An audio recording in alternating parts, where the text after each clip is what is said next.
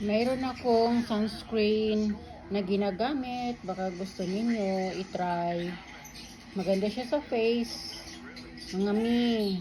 O kahit sino pwedeng gumamit nito. So, 50 SPF po siya.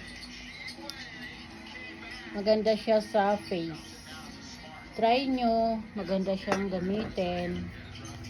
Maganda siyang gamitin sa ating mga mukha. Lalo na ngayon, tag-init. Try nyo.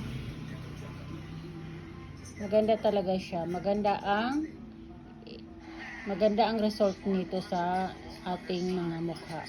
Kaya mura lang to, mura lang tong ganito. So kayang-kaya sa ating mga bulsa.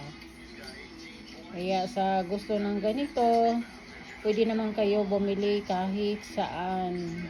So pinapakita ko lang sa inyo na maganda ito gamitin para sa ating mga mukha, lalo na ngayon, itag-init.